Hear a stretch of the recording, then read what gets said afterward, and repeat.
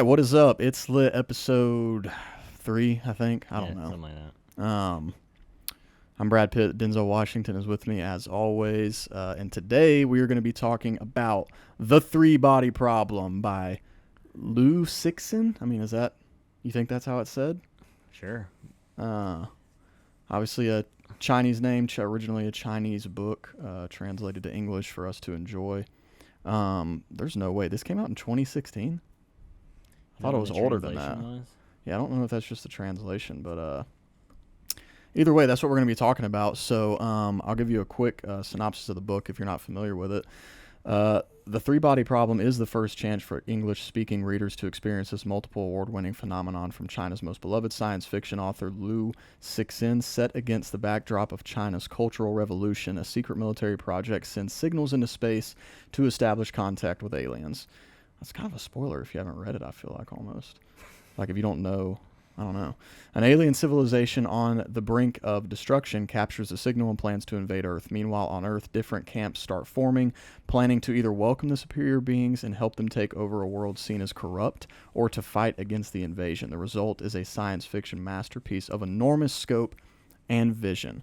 A couple more stats. It does have 273,176 ratings on the Goodreads app, and it has a rating of 4.09 out of 5. So it says it was published originally 2006. Okay. Won the Hugo Award in 2015. It's been a bunch of nominees for science fiction stuff. All right, how do you want to start? You want to just... What'd you rate it? So when I read it, I gave it a 5 out of 5.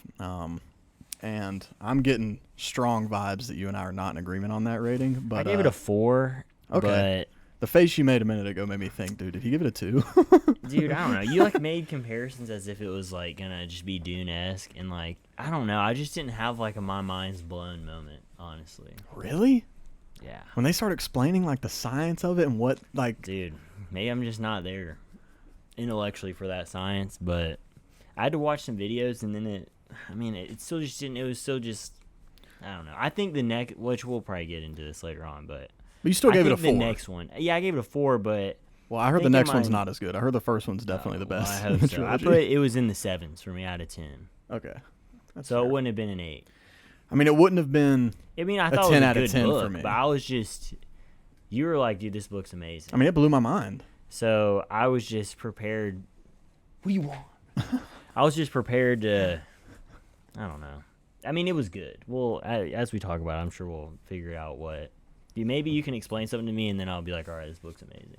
Okay, well, maybe. You've read it more recently than I, but I did spruce up my knowledge a little bit. Did you watch that video I sent you? No, I didn't have time. It is pretty good. I need to watch. It was one of those ones where the guy, instead of showing a video of himself, he's drawing with the cursor. Which, dude, have you ever tried to do that? That is just hard. It's not easy. But anyway, he's drawing pictures Steady that hand. represents what he's saying. And so that kind of helped me get more appreciation, I'm sure, for it. But anyway, it was really good. We might link it for those who are just as confused as I am. So how do you want to start? You want to start off with characters or theme? Because, this is science fiction, so... Well, the first thing I'll say is that when I read the book, I didn't know much about it. It was recommended to me, and they just told me this is mind-blowing. I really didn't know what it was about. I'd seen it, but I'd seen the spine in a Barnes & Noble, but I didn't know anything about it. Yeah, so when it started out, I was literally a couple times closing the cover and Googling it. I was like, this is a science fiction book, right? Because it it's a lengthy setup. It gives you the cultural background of the Chinese Revolution, which from what I understand, I've only read this first one, but from what I understand, it gets heavier kind of as far as the symbolism and conceptualism behind Chinese politics. And I've read some reviews about the whole series, and a lot of people say it's kind of Is it accurate? That was my favorite part of the book. Was not even the sci-fi part.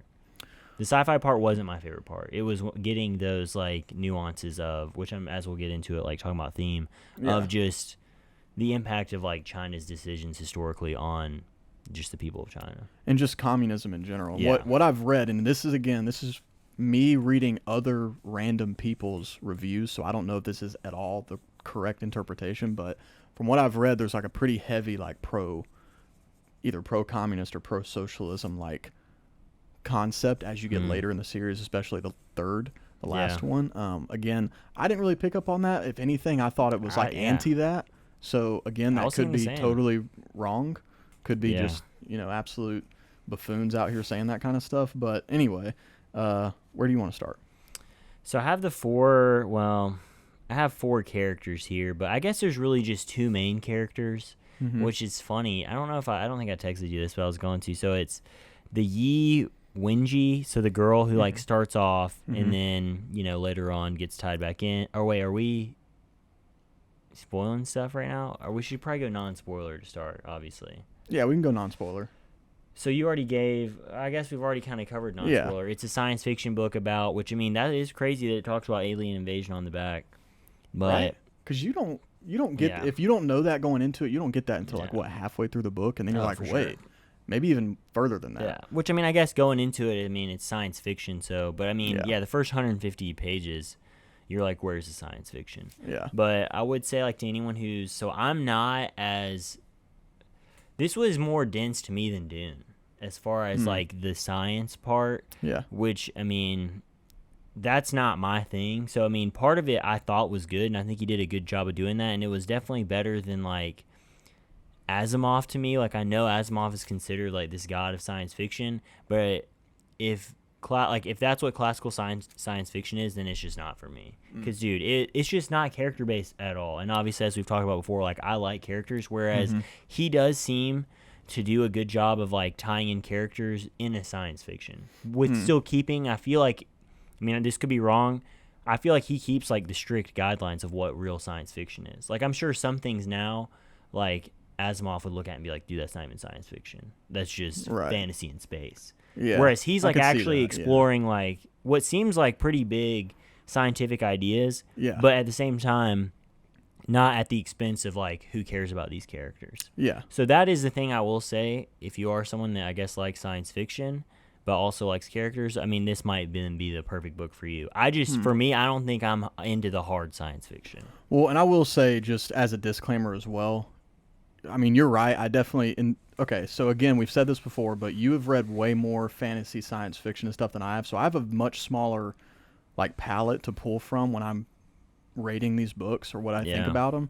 So I probably did hype it up a little too much, especially for someone like you who has read way more than I have. I haven't read a lot of science fiction though. When I like think about it, like you've honestly, because I've only read the first 3 Dune and I've read the first Foundations, and dude, I was so excited for Foundations, bro, and I hated it. And I guess I've read 2001: A Space Odyssey. Like I've read, but I haven't read, I guess. And I've read the whole Dune series, and this really is it. Yeah, I haven't read A Stranger in a Strange Land yet. Hyperion, I've heard, is like supposed to be gas. Yeah, I've got a lot of science fiction. I just haven't actually read them. Yeah, I haven't either. So I mean, maybe I don't know. I can't. That's what I can't compare. But listening to other people talk, apparently he does a good job of meshing in, like, of advancing science fiction is what I've heard people say, of adding in the character development. Yeah. But you liked the science part. Yeah. So since we're on that, let's talk about the science part, dude. Yeah. So. Warning. So. When I first started reading about the game, that there was a game, I was like, dude, I'm out. This is stupid. Really? When he got in there, bro, I was like, bro, I'm in. I'm right back in. Because it was such a cool, once you start figuring out. Are we spoiling right now, by the way? Yeah, we are spoiling because we've kind of just said, like, yeah. Sorry if we didn't already make that clear. Yeah. We are spoiling. I'll go back and put that in then. The whole idea of, like, going into this place and getting this super fast-forwarded, like, look at this planet and what they're dealing with. Yeah. The whole journey of not really understanding what exactly they're trying to solve to finally learning that, to our understanding, like, just there's 3 suns just absolutely flying around chaotically, and they're trying to figure out how to solve this problem of completely getting annihilated all the time. Yeah. The idea of them being able to, like, deflate themselves and pack themselves away until, like, the weather's good again was all super cool. And then just how they integrated a person into it, and, like, they had, like, these different characters that they would, like, pretend off to the be time or whatever. Periods and stuff, And then just the way they would start solving it, dude. That freaking, like, 20 million man computer, that was the coolest part to me. And then the stuff in the sky, bro, when they start getting, like, the proton folding and stuff, dude, they lost me on that one. I had to watch the video. See, that's for what sure. blew my mind when I was reading it. I was like, bro, what? I just don't think I understand the dimension thing well enough. Like, and I watched a couple of videos, and it definitely helped explain it, but it's still just like, this is a reach. Like, and obviously it has to be, or else like there's no like alien stuff, but you have to buy in for sure. Yeah, and I mean, I think he probably does a good job of explaining it. And again, I'm not a scientist, so I don't know. Maybe he's breaking rules left and right. Right. But I mean, it seemed like he was.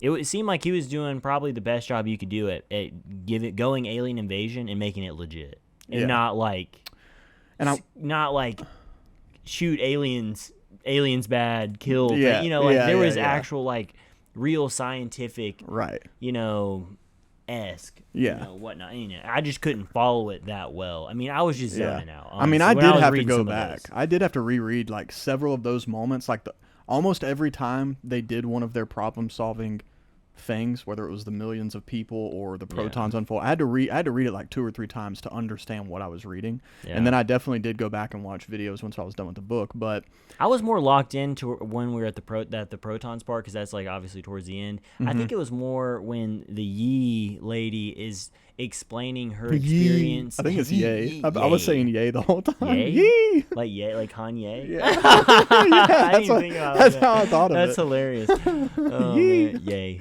Our boy Ye. God, so funny. But anyway, I think it was more when she was kind of explaining the background of, I guess, more probably basic science. It's like actually proven about like the waves and the sun being like a reflective thing. And dude, I was just getting I forgot about that. I mean, I was that part was just like, I just didn't care. It was dumbing me down, and there wasn't going to be some epiphany for me. I really just wanted to see like her experience there. And so, I mean, obviously it gets more interesting because of like what happens with her there. But dude, something that's funny to like almost break away from the science part, I have written down, it says it took me getting to page 155 to realize the old lady whose daughter killed herself was the girl from the first part. Dude, I had no idea. You're just like, who is this random woman? I'm not going to lie, man. Like, understanding that like which part of their name is like actually the one that's used in like, I guess, as more of a first name. Yeah. It took me a while to figure that out. That does make it tough. So that tough. kind of threw me, I think. And I kept putting it down instead of like reading it all the way through. And so then obviously like when you put it down, pick it back up, like it makes it harder to like make connections to the first time you picked it up. But yeah, that is something for sure I agree with. Like, and maybe this is just us exposing our lack of intellect, but like when there's a bunch of names with like all these X's and like not English sounding words, it's so hard to keep up with for me. Because when I read that Genghis Khan book recently, which I'll have a video about as well, there are a bunch of Mongolian names. I was like, who are they talking about? Like, what is going on? I don't know this. The way they're structured. And then I'm like, wait, I've seen that. So it almost becomes a thing where you're not saying the name in your head. You're just visually recognizing it. And you're like, oh, that's... Yeah, you don't even know what sound it is. Yeah, that's exactly what I was doing. I should have taken a picture of it. There was a point in the book, and it was another character that didn't matter. It was like Ding Dong, maybe. It was the guy's name. And then it was like Ding Dong Wang. Because he was like talking to Wang, and I was like, dude, is this... Come on. Like, can no one else see this? Can no one else see this? Are you playing with the Americans here? Because this is funny. But, all right, real quickly to get back to the science, to the culmination of the science. The biggest thing for me that just not even necessarily blew my mind, but was just such a resolution for me was when you find out that they sent those 2 photons to Earth to like stop, to disrupt the advancement of science. I thought that was such a cool concept that like, and I think some of this was, we're not totally sure if this is how it works, but their theory was basically they can send these photons to us like super fast, but their spaceships carrying them and their whole society and whatever, go at a slower pace, they have to like go and then stop it. I thought that was super cool too, how like there was limits to their technological advancements as well. And then the whole thing with the listener, dude, the guy that's on, and I hate that. Is it the Trevantians? What were they called? What are you talking about? What are the peoples called? Trisolarans or whatever? Trisolarians. Trevantians. What is that from? I'm going to get clowned in the comments if someone watches, because that is a word from something else. But the Trisolaris and the Trisolarians, they had those listeners like at outposts, and that the guy that it reaches is the one that sends Ye that message of like, do not do this again. Don't contact us. So I thought that was really cool too, that there's people on that side as well that are like, you know, we don't deserve to go wreck this other planet. It was a realistic kind of like differing opinions and all that kind of stuff. And Then when, what's the main character's name? Wang or she or Yi? The guy, Wang, yeah. Wang. When Wang realizes towards the end that, like, wait, y'all are coming to Earth? It kind of, for me, was like a moment. I was like, oh, that's kind of like, it was very impactful for me. I was like, oh, he just realized that he's been helping them figure out, like, that this is not going to work and you just need to come to Earth. Yeah. Like, Yeah. But I guess that the game part was interesting to me, so it's funny you said that wasn't interesting to you at first. That part was interesting to me, and then when it gets philosophical, like when she's talking with what's his face, the Canadian American guy, I have his name written down here, Evans, Mike Evans. Mike Evans. Actually, I just kept thinking of the wide receiver every time Mike I was Evans. picturing. I'm like, dang, dude, Mike Evans out bro, in he's a China star. growing trees. Interesting, but anyway, like just so like to break it down, like I have a couple things here. So the Earth Trisolaris That's what I've been saying, yeah. organization, the ETO, we'll just say. So, like, I guess so for me, how I had to break it down, all right, so there's this group, and then there were 3 groups within the group. And so there's the Adventist group, which is the purist, so these are the Evans, mostly the Evans followers, and they follow that pan-species communism, which I thought that was probably the most interesting thing to me of... He like makes the comparison that Christianity only cares about the equality of people or like the preservation of people, whereas their group cares about like the preservation and almost equality of like all living things. Yeah, like the earth and which everything. is like cool to think about, but then when it's like so grass, like I mean, it's like I get it, but anyway, so that's the Adventist group. So I have caused by mass extinction of species by modern civilization. So like them seeing the world like getting, degraded or species or just wildlife in general, like taking. And they're the group that's like damage. okay if like they just all end up getting killed. Yeah, exactly. Like they're fine. They're the ones that refer to him as the Lord or whatever. Exactly. It becomes like a religious thing, and then they're also the ones that have control of that ship, and they have to like Dude. That was kind of wild, though, too. I totally forgot about that part, to go back to the science. That was sick to me, dude. How does that even work, though? I don't know. That was... The microfiber stuff? Yeah, dude, it was just... I don't know why. That wasn't... It was cool, but I don't know if, like, it's because it's a science fiction thing. Because obviously I'm reading fantasy and that, like, none of it's possible. Right, sure. And I'm like, dude, this is sick. It's hardblade. Like, wait, are they using Spren to do that? Exactly. But for some reason, I don't know why. Like, it was just, like... It was the person that was my favorite was the Shi guy, the Da Shi. Yeah, he was my favorite character the whole time. Yeah. And he was, and the whole reason he was my favorite character is because he had nothing to do with the science, bro. Yeah. And yet he was figuring out stuff that the scientists weren't seeing. Yeah. So I don't know, because I watched a video and they were talking about how this book shows the importance of like understanding that science is like the future and science is key. And I'm like, is that what it's saying? Because to me, it was almost like, I guess there's parts that say that, about how that's the only way we can advance. And like, they almost make a nod that like, you just got to fully trust science, which science isn't history. So like a lot of science is not fact. It is theory. But I mean, not to say that like, obviously science increases like technological advances and all that, but it just seemed like the guy who always had the answers was the guy who wasn't worried about science. So, like, I thought that was kind of a small, like, nod to, like, hey, you can almost get wrapped up so much in science that you're like, it's like a full circle where you're actually going nowhere. Almost. Like you're losing the perspective of humanity. Like exactly. Your human perspective that's, I think that's really important. To go to my favorite part in the book, I know we're, like, jumping around here a lot, but, dude, the last chapter was, like, the most... Like the whole like them listening in on them the whole time through those like proton things. Photons, yeah. And for them to know like, oh, they'll find out that like we're just bugs or maybe we're just bugs compared to them, and then they kind of hit him with the troll of like you're bugs or whatever in everybody's eyes. Yeah. And he's like, and like it's she that's like, but yeah, bugs are annoying and we could easily kill a bug, but bugs are still here. Yeah. And bugs are like they're not getting smaller. Yeah. Like the populations of the bugs are not getting smaller. So it's like, And it was able to kind of wake the Wang and then the other guy whose wife gets killed. I forgot his name. Yeah, his girlfriend, the daughter of Ye, got killed. Yeah. No, I think he was dating or married. Was that maybe. who that guy was? Because I always got him confused with the other guy who his wife got killed. He was the one who came up with the math. Oh yeah, that's a different guy. That's not So the that guy. wasn't that's the guy there they in were drinking end. with It's at the the younger end. guy that was either married or dating. Gotcha. The Dong. The But girl how that they're dies. both like down in the dumps about like Yeah. there's nothing we can do, and like the way he raises their spirits by taking them to that field where like Yeah. Locust is just savaging them, and they have all these pesticide, like they have all these things. And that's to the prevent very them. end of the book. Yeah. Yeah. So that was like honestly my favorite part. Between Yeah, that was really and then good. the different conversations about that like form of communism where it's really for everybody, like not everybody, but all things like kind of being equal. I just thought was like an interesting concept. Yeah. I For completely me. agree. And that again goes back to him kind of bringing them back down to earth and giving them more perspective of humanity and like, we can't just because you're a nerd and you think like we're done, we can't just give up on humanity. I guess though the nanotech had to come in at some point because he was like getting. So that I guess that was the other thing I didn't understand. So they were trying to shut his nanotech down, but not for what he used it for, right? They were trying to shut it down for something else, some like elevator thing. Did you understand that? Because I didn't understand that at all. It was something. It was similar to.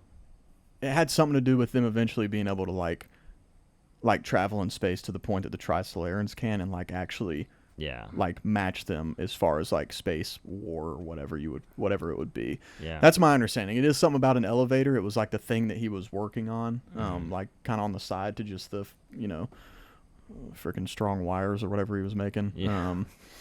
But that part was sick to me, dude. I liked it because it kind of cool, mentions it to you, and you're like, it kind of almost feels like, why do they keep bringing this up? Like, we get it. The nanotech. It made and it the whole, relevant to bring up. And then in the end, you're like, oh, let's just set all these up in the canal and just cut this ship into like 30 pieces long ways. I was like, what? But it was pretty cool. I will say about that part, and they mention it, they're like, but what if the wires cut like the hard drive that we're trying to get to? Yeah. They were pretty nonchalant about that. They were like, we got to do something. So if that happens, we're just screwed, but we got to I guess try. they were saying too, because I watched a video and a guy was saying that I guess the wires were so precise it wouldn't matter because they'd be able to, it wouldn't be jagged. That they could easily just repair it or something. Oh, okay. Yeah, that makes Which I was like, okay. But then someone did bring up, like, we got to do it at this time so that no one's sleeping, so that no one's horizontal. And I'm like, all right, we're really getting in the weeds here. Yeah. This. We want to kill everybody when we do this. But I guess, too, what was I going to say? It was cool, for sure. But I don't know. Father calling. Hope that doesn't impact anything. I can hear my father calling. But, yeah, it was cool. I don't know. I don't know if I was just, like, ready. I think I'm just ready for an alien invasion at this point. So it's, like, the fact that, we're going to have to wait 400 years or whatever it is, it's, like... Yeah. That, to me, is almost, like, too big of a tease. It's, like, almost knowing too much. Like, I'd rather just think that they're going to be here any second. Yeah. And, like, have that suspense. Yeah. Maybe, but... Because it almost didn't even matter that they retrieved the... I mean, I guess it kind of does, because now I guess they know that their machines or whatever that like vacuum where all these things are going around, that those things are blocking their data or whatever, so they can't. I can't even like vocalize the ideas that were given, but anyway, you know what I'm saying. Yeah, those photons were just protons, whatever the frick they were called. It started with it was protons, and then they folded it in half, and then it's like a sophon. It started with an S, maybe SOPHON. Man, I've been saying photon this whole time. That's embarrassing. Yeah, sophon, whatever. I mean, all these words are made up. So, all words are made up. I mean, that part that was definitely my favorite part. Was the two sophons in the end. You're like, oh my god, because they're AI, basically saying that it's like basically an AI that's they like programmed, they like folded it, and it's at a which it reminded me of Ant-Man and Wasp. Yeah, it's like, all right, we're going. What do they say it? We're going. You know what it reminded me of, dude? And this is actually recent, like, and today. This actually came out last week. Apparently, who knows if it's true, but apparently some ex-military guy or whatever that was like at Area 51 or something like that. I could pull up the article, but if you're listening, you can do it yourself. This guy said that they found a UFO that was 35 feet in diameter, but when you walked inside of it, it was the size of a football stadium.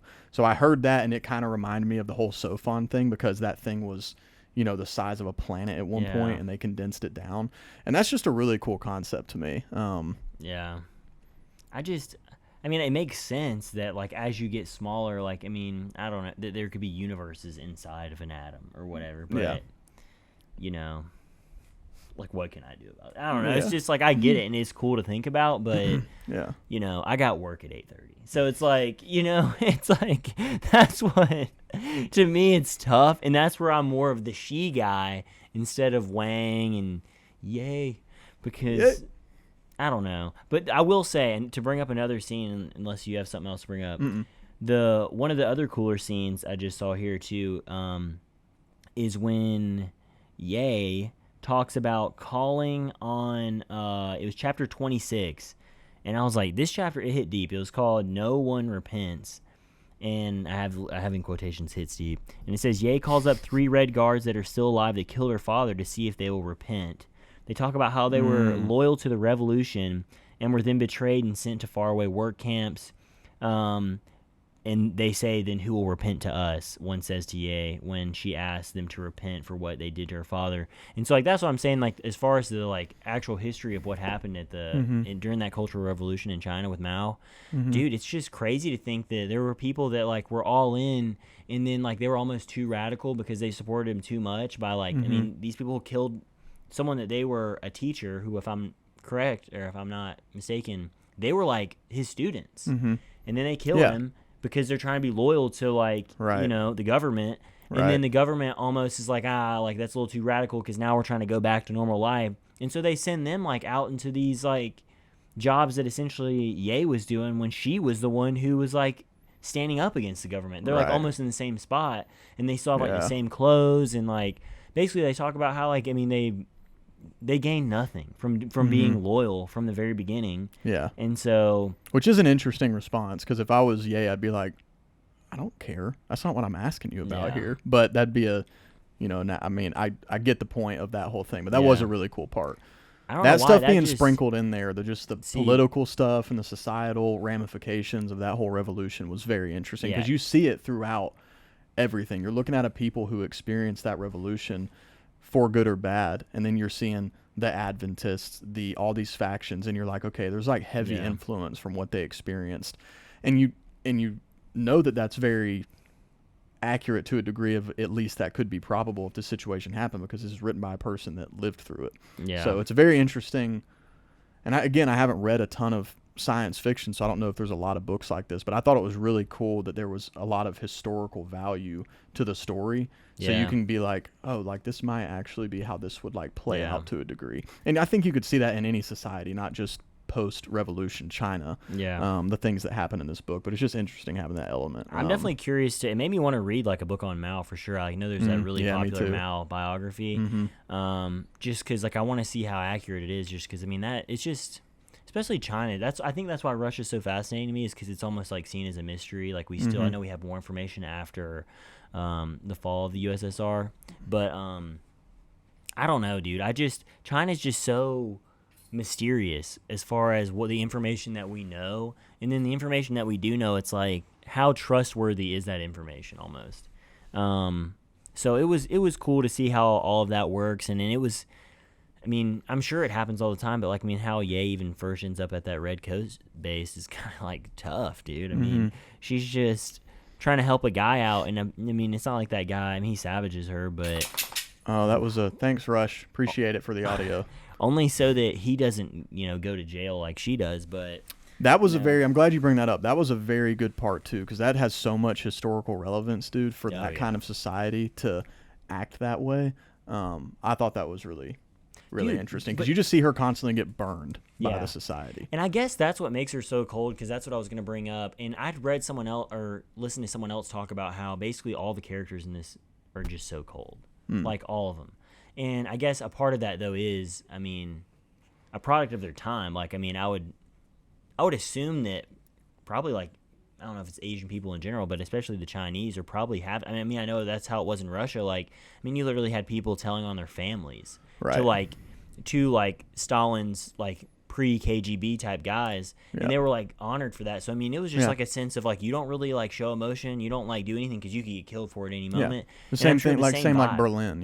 Same vibes going on probably in China. So I mean, these people are just I mean, you kind of got to be cold or else. Yeah. I mean, because no one's there to like cry for you essentially. But it was interesting that when she's pregnant, because I mean, first of all, I mean, she kills her husband, which I guess she doesn't even really love him. But I mean, he kind of gets caught in the crossfire. She didn't want to kill him. Yeah. But this other guy, also the Li Zishang, however you would say that guy's name, I mean, he kind of like made some moves for her when he didn't have to. And like the one thing that was big to me is when he was like feeding her this information in the beginning about how they're using this radar to like erase, I guess, memory or like photos inside of satellites maybe, which I thought that was like cool. And it was like, oh, actually that's not like what this does, but I was just like that whole like cat and mouse game with him and then the other guy and how they were acting like he was getting in trouble for telling her too much and then really like just to kind of test her to see where she was at. Yeah. I thought that was cool. And then, I mean, but he was kind of always like had her back. And even when he found out, which he didn't even know that she sent a response, but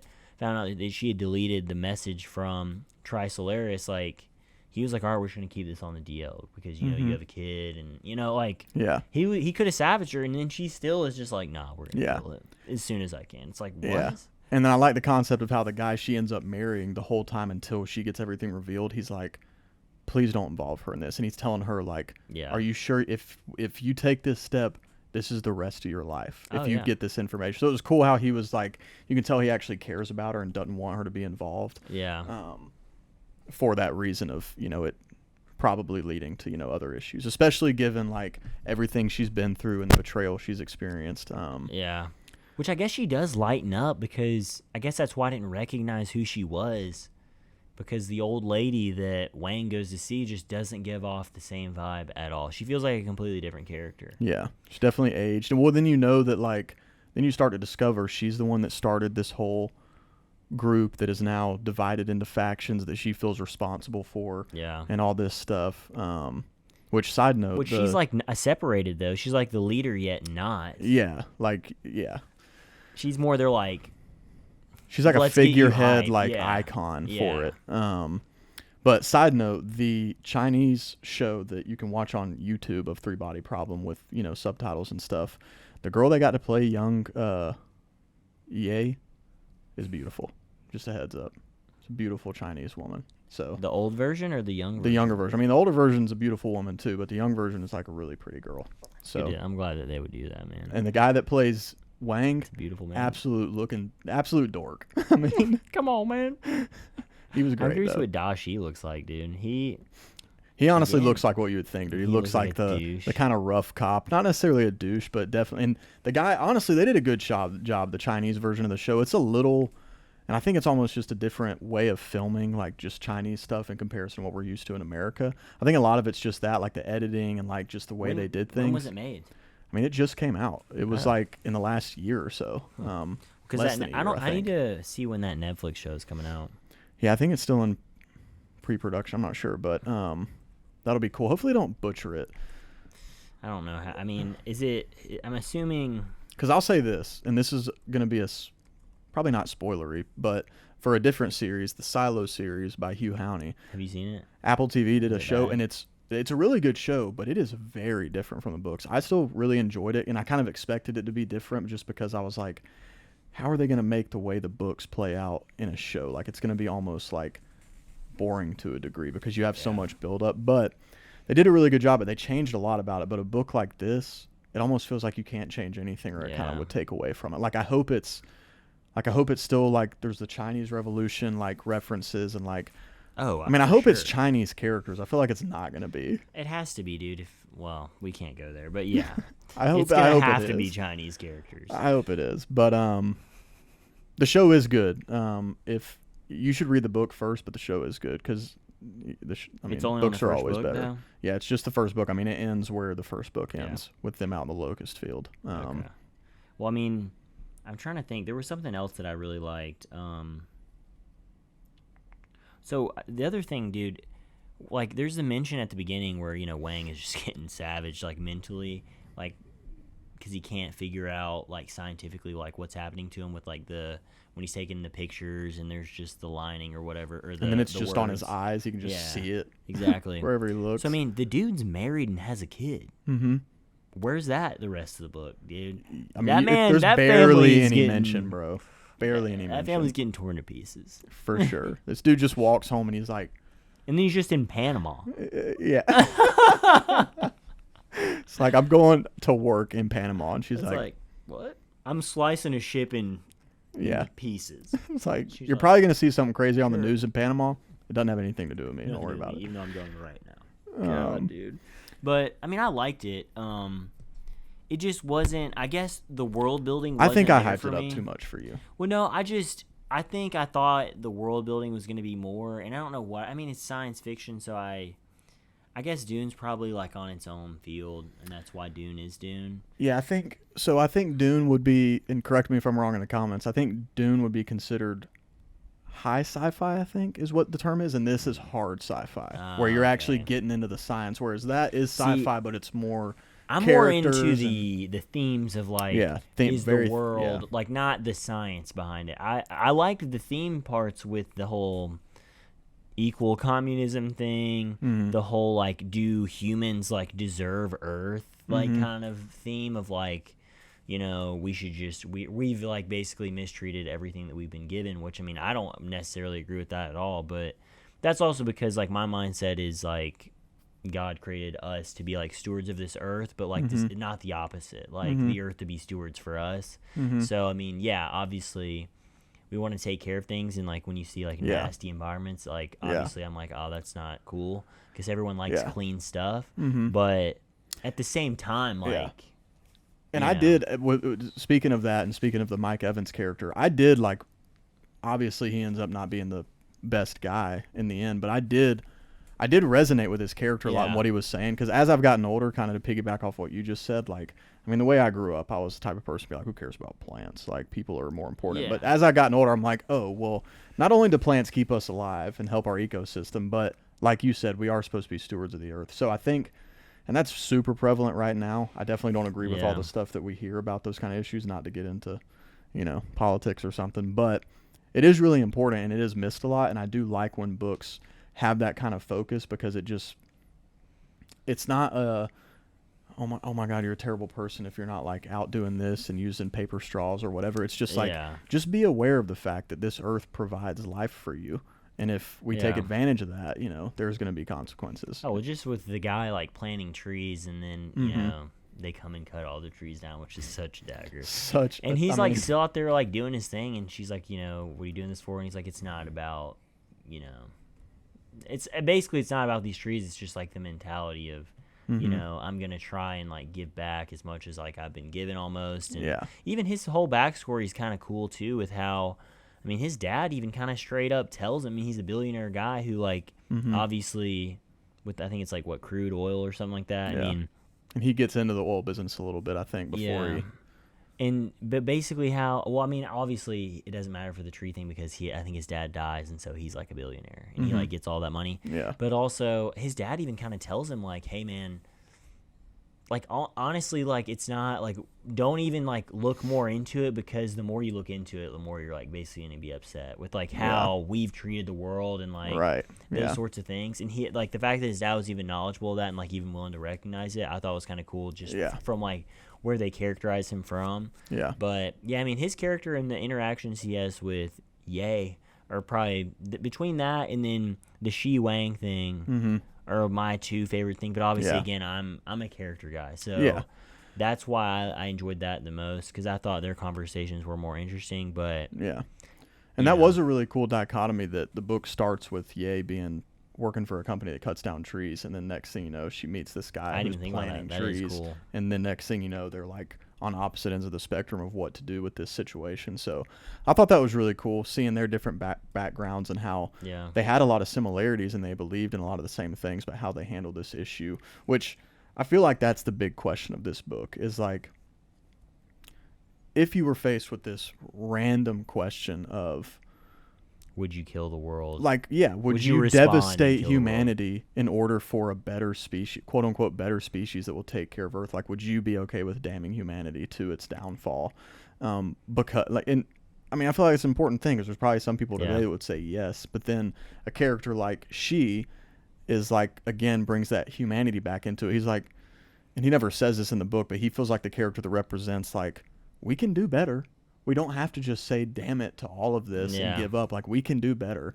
And I feel like that goes, I mean, when he's saying that, he's obviously talking about overcoming the issue of the Trisolarans, but I feel like it's a more broad point that can be applied to a lot of things. Like, we can do better. We don't have to just say, okay, we have no hope and we can't fix this problem. So I don't know. That's some of the I stuff like I his took character from it. too, because I think he's more of also just the, not whatever happens, but like we'll just make the best of whatever happens. Yeah. But also the thing too is I feel like mankind like always rises to the occasion. Mm-hmm. So like to me when I read like, oh, she's sending a message saying like, no, come here, it's almost like to me she's like, all right, let's take this as a challenge. Mm-hmm. So now it's either we die or our technology gets better and we figure it out, which like that's what I feel like whenever you kind of put a challenge up, that's when things happen. And I think they even talk about that early in the book. Like, I guess there's two ways of, like,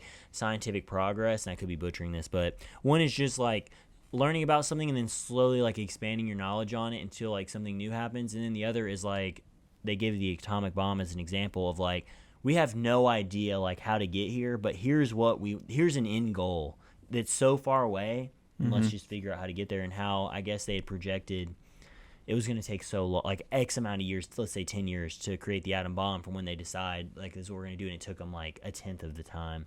Just because, like, it gets your more creative juices flowing. It's like, all right, we got to figure this problem out right now. Right. And, like, I guess that's kind of how I take her saying yes to it. It's almost like she's not, I know the book kind of says she's basically giving up on Earth, but I almost want to think she's, like, subconsciously like, yo, let's just take this challenge. Because I think we can do it. And it'll actually help her. If we...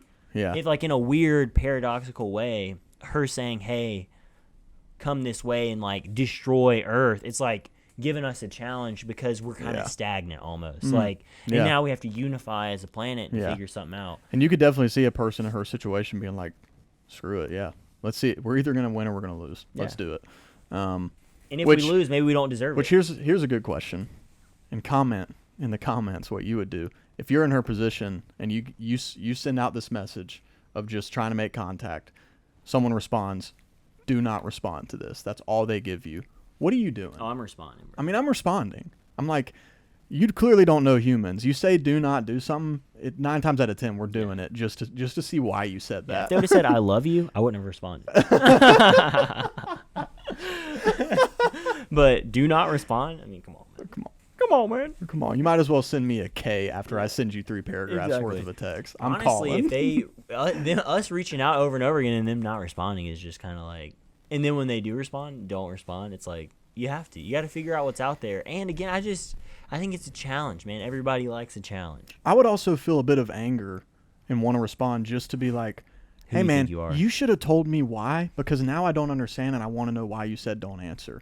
Yeah. You should have said why not answer. Otherwise, I'm answering. You should have said, hey, we're going to come kill you if you answer. Then I might go, all right, just shut this computer down. We'll kill your family. Like, okay. All right. You got it, bro. I'm deleting these messages. You got it. But, I mean, also, now that I'm really thinking about it, I mean, maybe Ye was, like, leveled up, dude. And maybe she, like, sees how everything's so divided, and she's like, I know what'll unify us. Aliens. An alien invasion. But again, I guess maybe not unify because some people are like, just bow down, kill us all. But I'm assuming she understands that most of the population is not going to do that. Again, I could be totally off. Right. I don't know what happens in the next 2 books. I mean, the last book is called Death's End. Mm-hmm. What's the second one? Do that yellow off white, bro. The Dark Forest is the second one. That's hurting my eyes. Yeah. Which they get progressively bigger, it looks like, too. So yeah, I felt like that was a pretty quick read, that first one. It should have been faster, yeah, for sure. It was not. It's like 350 or 390. I think. In your defense, your copy did get tossed into a lake. Dude, I should have brought my copy just to get a little side by side. My copy got destroyed. This copy hadn't been read because I still have my friend, so this is like in pristine condition. My copy of it, because of course I read the first one from a friend and then just bought all 3. You have to. I mean, what are you gonna do? I'm not gonna sit here and have 2 and 3 of a trilogy on my bookshelf. So speaking of the trilogy, so after reading the first one, how high up is it on your list to read the next 2, based off you reading the first one? I mean, I'm big on finishing a trilogy, so I would like to finish it this year. Obviously, I prioritize like Stormlight and a couple other Sanderson things, and obviously all my nonfiction that comes before all that anyway. It's definitely up there. I mean, it's right behind finishing Stormlight. I just started Oathbringer, then I have Rhythm of War, Dawn Shard in there, and then that'll probably come after that. Because I want to finish the trilogy. I've heard so much about it, good and bad, the remainder of the trilogy, that I just have to read it and find out for myself. Yeah. So yeah, and I would highly recommend this to, I mean, really anyone. I mean, I'm the type of person that's just gonna recommend a book I like. I would not recommend this to people though if you're like a light reader, dude. I don't think they get. Yeah, sure, yeah. Like, would your mom read this? No, but I'm not. I mean, my mom doesn't read very often. Well, my mom reads, dude, but she's reading like Karen Kingsbury and whatever. There's no chance my mom would get through this. I think my dad would. Yeah. I think he would. My dad, the first time something unrealistic happened, my dad would text me and say, "Why did you tell me to read this?" If it's not a biography, he's like, "Why? What am I reading this?" If I'm not learning this didn't actually happen, the exact truth, I don't want to know about it. Because I mean, I think if you're a science fiction fan, you definitely should read it. I mean, sure. It feels like it's a foundational science fiction. Well, and if you're someone who likes fantasy and you're trying to get into science fiction, I feel like it's a good bridge, because it's not, dude. When I read Foundations, man, it was so abrasive. Like, it's just so different. The writing style from reading a lot of fantasy. I've heard the show is trash too, actually. Really? Yeah. I don't even know what the show could be based off of, man, because I mean, every 3 chapters it zooms forward a couple thousand years. So, like, dude, none of the characters do not matter. I'm talking about, like, I feel like that changes later, though, because I keep seeing trailers of, like, the same characters. Maybe. Well, you can have it here. Yeah, do you have books that aren't here? Because I noticed a couple that aren't here. Where's that Jerusalem book at? Oh, it's on my dad's shelf. Oh, okay. I need to bring it. Dude, tell your dad he can't keep any of our books. If he's going to make you bring back Babel or whatever it was that you had to take back to him, he can't keep yours. I think it was Babel, wasn't it? No, Babel's up there. Oh, no, it was dude, it was a book by Anthony Doerr or something like that. It's a fiction book. I don't know if I had it because it was. That name sounds familiar. It's by this author. Oh, okay, yeah. That's why it sounds familiar. I haven't read that, but I've seen a lot about it. But it's his newer book that was supposed to. So my dad just read this book, and he was wanting to read. Well, so he's finishing Way of Kings right now. Oh, he is finishing it. Well, because he has, dude, the UK editions are broken up into 2. Each book is 2 books. Mm-hmm. So he's read the first one. Yeah. So he's on the second one now. Not to get into any spoilers, but this just popped in my mind. I started Oathbringer last night, and the little group text I'm in with, Jake and Grayson, they started sending all these gifts and stuff.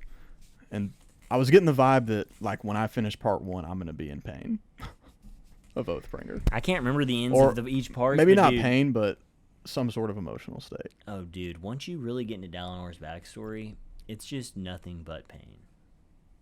That's tough. You're too far away from the mic. Oh, my fault. All right, so just to wrap this book up, so what'd you give it again? You gave it a 5. Give it a 5 out of 5 on Goodreads. Out of 10, I'd probably give it an 8.5. 8.5? Yeah. Which I don't know. I mean, I guess if you're saying 8.5, you should almost give it a 4 out of 5, but... See, that's why I don't like the 4 or the 5. I know, I hate it. I don't like anything about Goodreads, actually. I tweeted them the other day, and I said, when are y'all going to overhaul your app? This is... The only app that is worse than this is the Prime app. Dude, the all Prime of Amazon's Video apps are it's terrible. Crazy, dude. It's like the most successful business in the history of mankind, and Goodreads is the worst app on my phone besides Spotify. That might be controversial, but that's a bad app. Dude, it's just sad because Apple does so good.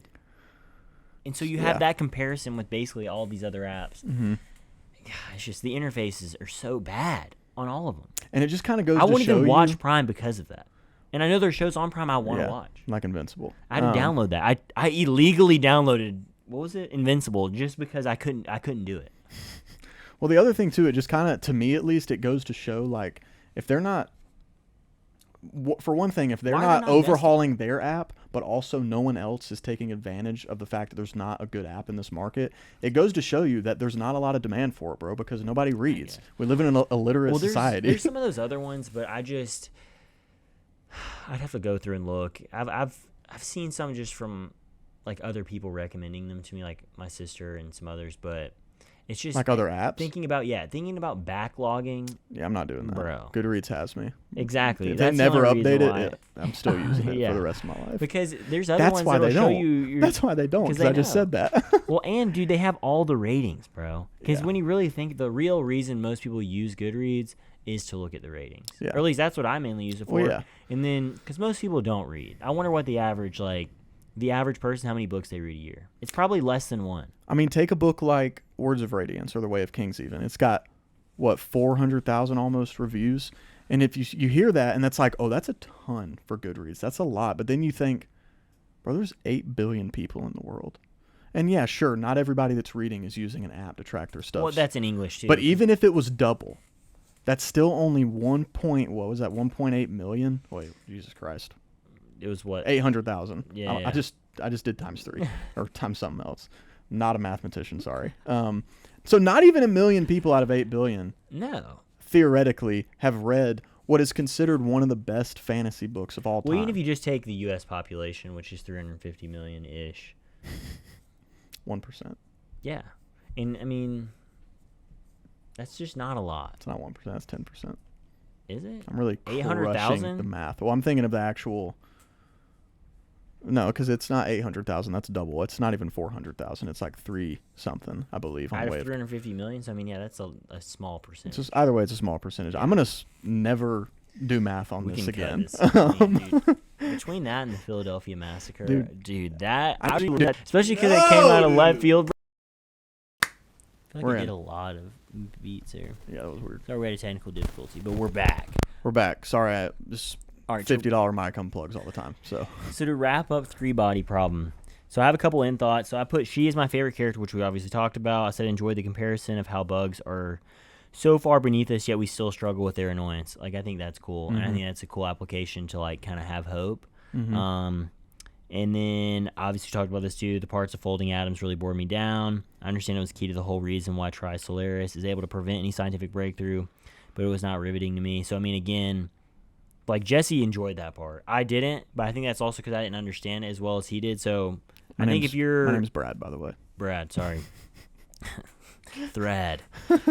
Then you would like it if you're more into the science stuff, for sure. Yeah. Obviously, if you're into science fiction, you're going to love it. Just for me, that was what struggled for me. But the characters made up for it for me. Yeah. Like, I wouldn't...